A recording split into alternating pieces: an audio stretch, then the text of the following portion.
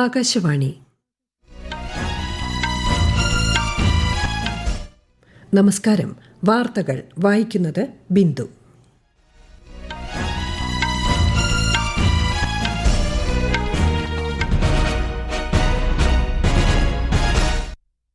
പ്രധാന വാർത്തകൾ. ബീഹാർ നിയമസഭാ തെരഞ്ഞെടുപ്പിൽ 195 സീറ്റിൽ വിജയമുറപ്പിച്ച് തുടർഭരണം നിലനിർത്തി NDA. BJP ഏറ്റവും വലിയ ഒറ്റകക്ഷി. മഹാസഖ്യം 42 സീറ്റുകളിൽ ലീഡ് ചെയ്യുന്നു. കേരളത്തിലെ തദ്ദേശ സ്ഥാപനങ്ങളിലേക്കുള്ള പൊതു തെരഞ്ഞെടുപ്പിന് വിജ്ഞാപനമായി. നാമനിർദ്ദേശ പത്രികകൾ ഇന്നു മുതൽ സമർപ്പിക്കാം. തീവ്ര വോട്ടർ പട്ടിക പരിഷ്കരണത്തിന്റെ ഭാഗമായി സംസ്ഥാനത്ത് 1.25 കോടിയിലധികം വോട്ടർമാർക്ക് എന്യൂമറേഷൻ ഫോം വിതരണം ചെയ്തതായി മുഖ്യ തെരഞ്ഞെടുപ്പ് ഓഫീസർ രത്തൻ യു കേൽക്കർ. വിദേശകാര്യമന്ത്രി S. ജയശങ്കർ ഐക്യരാഷ്ട്രസഭാ സെക്രട്ടറി ജനറൽ ആന്റോണിയോ ഗുട്ടറസുമായി ന്യൂയോർക്കിൽ കൂടിക്കാഴ്ച നടത്തി. ഇന്ത്യ ദക്ഷിണാഫ്രിക്ക ടെസ്റ്റ് പരമ്പരയ്ക്ക് കൊൽക്കത്തയിലെ ഈഡൻ ഗാർഡൻസിൽ തുടക്കം. വാർത്തകൾ വിശദമായി. ബീഹാർ നിയമസഭാ തെരഞ്ഞെടുപ്പിൽ 195 സീറ്റുകളിൽ വിജയമുറപ്പിച്ച് ഭരണ തുടർച്ച നിലനിർത്തി NDA. BJP 89 സീറ്റിലും JDU 79 സീറ്റിലും LJP 21 ലീഡ് ചെയ്യുന്നു. 243 അംഗ നിയമസഭയിലെ ഏറ്റവും വലിയ ഒറ്റകക്ഷിയായി BJP മാറിയിരിക്കുകയാണ്. RJDയുടെ നേതൃത്വത്തിലുള്ള മഹാസഖ്യത്തിന് 42 സീറ്റുകളിൽ മാത്രമാണ് മുന്നേറാൻ സാധിച്ചത്. RJD 32 സീറ്റിലും കോൺഗ്രസ് 4 സീറ്റിലുമാണ് ലീഡ് ചെയ്യുന്നത്. ബീഹാർ ഉപമുഖ്യമന്ത്രിമാരും BJP സ്ഥാനാർത്ഥികളുമായ വിജയ് കുമാർ സിൻഹയും സാമ്രാജ് ചൌധരിയും ലീഡ് ചെയ്യുകയാണ്. രഘോപൂരിൽ RJDയുടെ തേജസ്വി പ്രസാദ് യാദവ് പിന്നിലാണ്.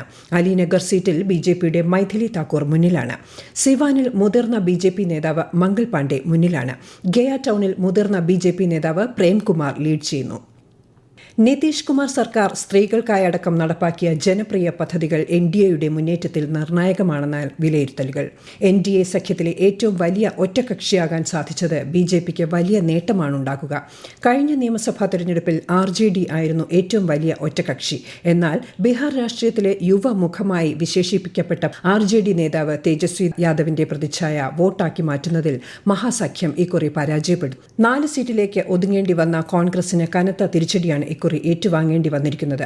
പ്രശാന്ത് കിഷോറിന്റെ ജൻ സുരാജ് പാർട്ടിക്ക് 1 സീറ്റിലും കാര്യമായ ചലനം സൃഷ്ടിക്കാനായില്ല. ബീഹാറിൽ ഈ മാസം 6-നും 11-നും 2 ഘട്ടങ്ങളിലായാണ് വോട്ടെടുപ്പ് നടന്നത്. 2616 സ്ഥാനാർത്ഥികളായിരുന്നു മത്സരരംഗത്തുണ്ടായിരുന്നത്. റെക്കോർഡ് പോളിംഗാണ് സംസ്ഥാനത്ത് ഇക്കുറി രേഖപ്പെടുത്തിയത്. ഇന്ന് രാവിലെ 8 മണി മുതലാണ് വോട്ടെണ്ണൽ ആരംഭിച്ചത്.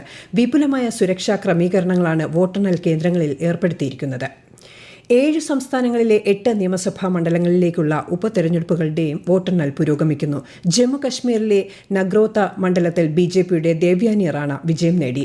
ബഡ്ഗാം മണ്ഡലത്തിൽ PDP സ്ഥാനാർത്ഥി അഗ സയ്യിദ് മുന്താസിർ മെഹ്ദി ലീഡ് ചെയ്യുകയാണ്.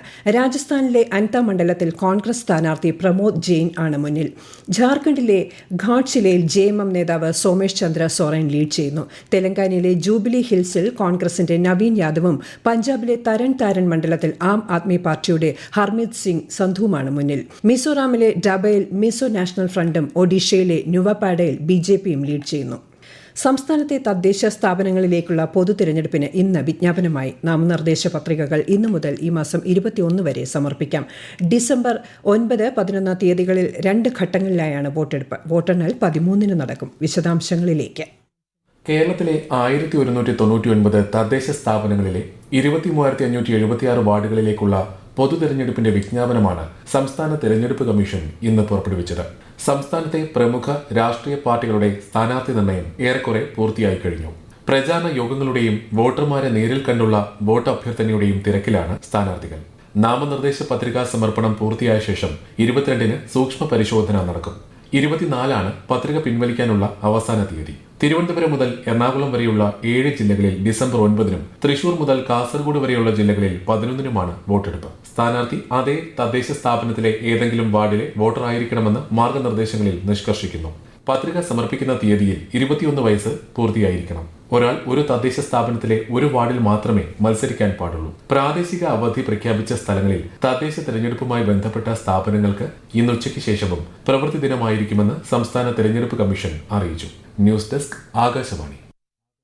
തീവ്ര വോട്ടർ പട്ടിക പരിഷ്കരണത്തിന്റെ ഭാഗമായി സംസ്ഥാനത്ത് ഇന്നലെ വരെ 1.25 കോടിയിലധികം വോട്ടർമാർക്ക് എന്യൂമറേഷൻ ഫോം വിതരണം ചെയ്തതായി മുഖ്യ തെരഞ്ഞെടുപ്പ് officer Rathan U Kelkar. Form വിതരണത്തിൽ പിന്നോക്കമായ ജില്ലകളിലെ ഇആർഒമാരോടും കളക്ടർമാരോടും നേരിട്ട് സംസാരിച്ച് അദ്ദേഹം സ്ഥിതിഗതികൾ വിലയിരുത്തി. പ്രവാസികൾക്കായുള്ള പ്രത്യേക കോൾ സെന്റർ സംവിധാനവും പ്രവർത്തിച്ചു തുടങ്ങിയതായി മുഖ്യ തെരഞ്ഞെടുപ്പ് ഓഫീസർ പറഞ്ഞു. പ്രവാസികൾ ഓൺലൈൻ സംവിധാനം ഫലപ്രദമായി വിനിയോഗിക്കണമെന്ന് അദ്ദേഹം അഭ്യർത്ഥിച്ചു. ഈ വാർത്തകൾ ആകാശവാണിയിൽ നിന്ന്. ആകാശവാണി വാർത്തകളും വാർത്താധിഷ്ഠിത പരിപാടികളും all India radio news Thiruvananthapuram YouTube ചാനലിലും all India radio news Thiruvananthapuram Facebook പേജിലും AR News_ തിരുവനന്തപുരം ഇൻസ്റ്റഗ്രാം അക്കൌണ്ടിലും AR News_TVM X ഹാൻഡിലും ലഭ്യമാണ്. വിദേശകാര്യമന്ത്രി എസ് ജയശങ്കർ ന്യൂയോർക്കിൽ ഐക്യരാഷ്ട്രസഭാ സെക്രട്ടറി ജനറൽ ആന്റോണിയോ ഗുട്ടേറസുമായി കൂടിക്കാഴ്ച നടത്തി.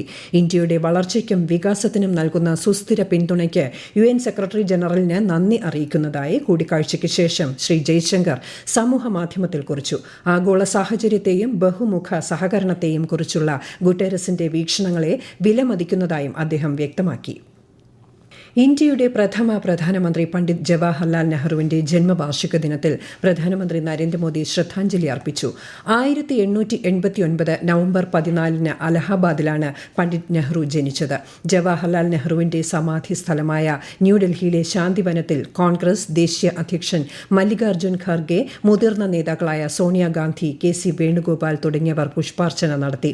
സംസ്ഥാനത്ത് നിയമസഭാ സമുച്ചയത്തിൽ സ്ഥാപിച്ചിട്ടുള്ള നെഹ്റു പ്രതിമയിൽ നിയമസഭാ സെക്രട്ടറി പുഷ്പാർച്ചന നടത്തി.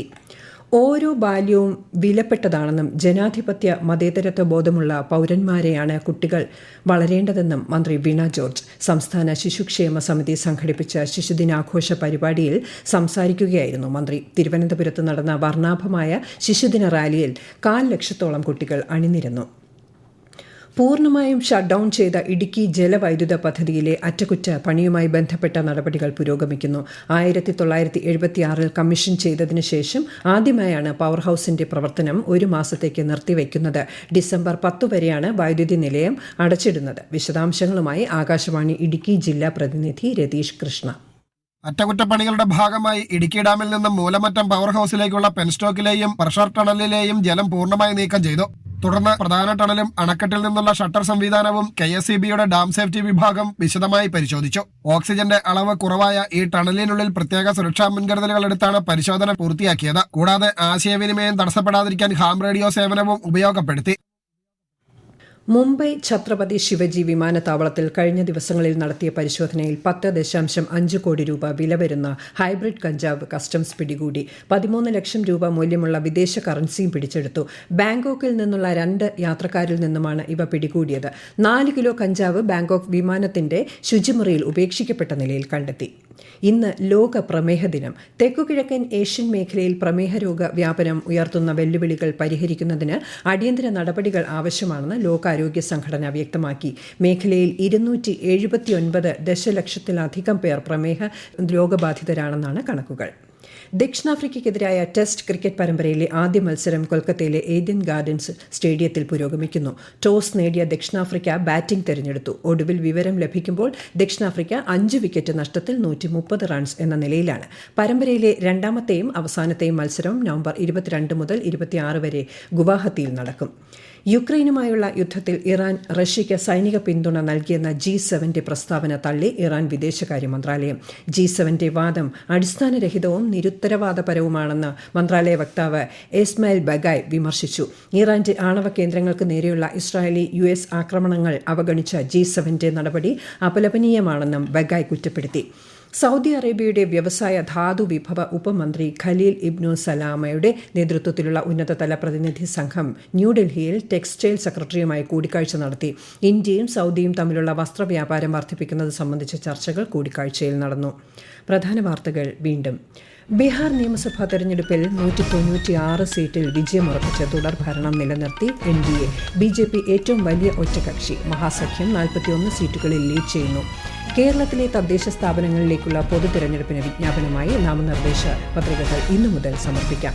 തീവ്ര വോട്ടർ പട്ടിക പരിഷ്കരണത്തിന്റെ ഭാഗമായി സംസ്ഥാനത്ത് 1.25 കോടിയിലധികം വോട്ടർമാർക്ക് എന്യൂമറേഷൻ ഫോം വിതരണം ചെയ്തതായി മുഖ്യ തെരഞ്ഞെടുപ്പ് ഓഫീസർ രത്തൻ യു കേൽക്കർ. വിദേശകാര്യമന്ത്രി എസ് ജയശങ്കർ ഐക്യരാഷ്ട്രസഭാ സെക്രട്ടറി ജനറൽ ആന്റോണിയോ ഗുട്ടറസുമായി ന്യൂയോർക്കിൽ കൂടിക്കാഴ്ച നടത്തി. ഇന്ത്യ ദക്ഷിണാഫ്രിക്ക ടെസ്റ്റ് പരമ്പരയ്ക്ക് കൊൽക്കത്തയിലെ ഈഡൻ ഗാർഡൻസിൽ തുടക്കം. വാർത്തകൾ കഴിഞ്ഞു. പ്രത്യേക തെരഞ്ഞെടുപ്പ് വാർത്തകൾ 3 മണിക്ക് കേൾക്കാം.